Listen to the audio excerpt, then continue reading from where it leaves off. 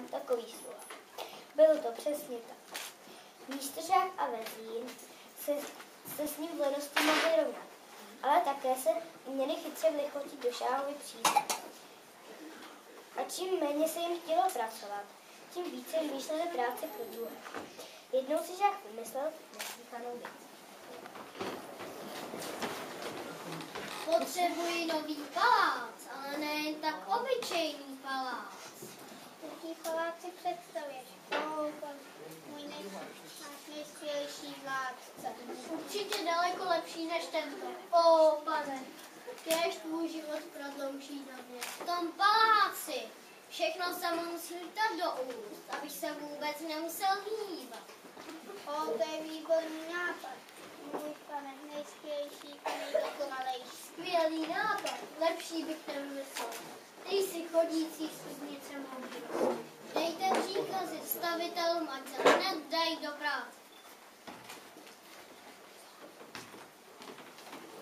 Stavitelé si dali hned do práce, ale šáh byl nespokojený. Žádný stavitel se mu nezamlouval. A tak každého stavitele krátce potom, co začal stavět popravy. Palác stále nebyl hotový, šáh byl rozmrzalý a tak povolával nové a nové stavitele. To se doslechl Abdullah z dalekého města Tabrízu, který byl ve stavitelství mistr nad mistry. Dal si svoje nářadí, rozloučil se se svojí krásnou ženou a vypravil se k šáhovi do Širvánu. Buď zdrav, můj pane, velevážený šáhu. Doslechl jsem se, že stavíš nový palác a schání stavitele. Každý stavitel se hodí k dílu, odkud jsi přišel a co umíš. Přišel jsem z dalekého města Tabrízu a jsi mistr stavitel. Dokážeš, mistře stavitele, dostat tento palác? Mnoho stavitelů se to pokoušelo před tebou, ale nakonec byli o hlavu radši. Ujišťujte, že tvůj palác dokážu dostat. Dobrá, ale dej se hnedka do práce.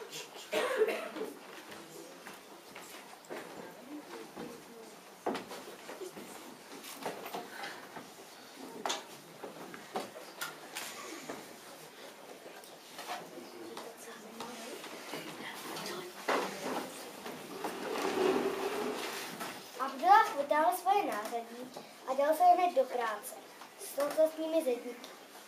Dával příkazy, ale také se nebál sám pracovat a zedníky povzbuzoval k práci. Byl dobrosrdečný a moudrý. Byl jen to pěkně.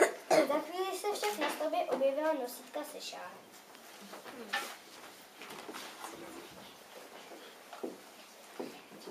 Ničeho si nepřijmejte, nic neříkejte a pánu nedávejte sebou a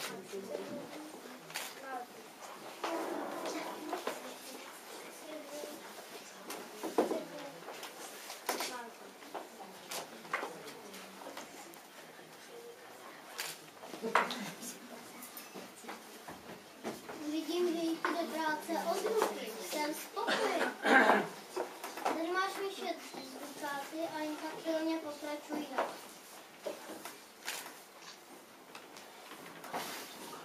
Když slyšeli vezí a místyšák, jak Abdullahova stavba pokračuje, nechtěli si také sami přesvědčit a nestačili se divit, jak se všichni činí.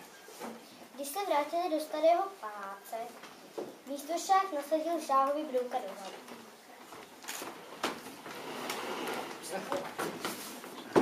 ten pracovák musí mít ale velmi krásnou ženu, když mu ta práce jde tak dobře. Jestli chceš vzácný žák, můžu se přesvědčit, jestli je opravdu tak krásný. Vydej se hned na cestu a zjistíme, co říká místošák.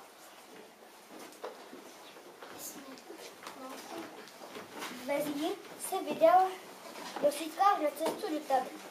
Za několik dní dorazili do města.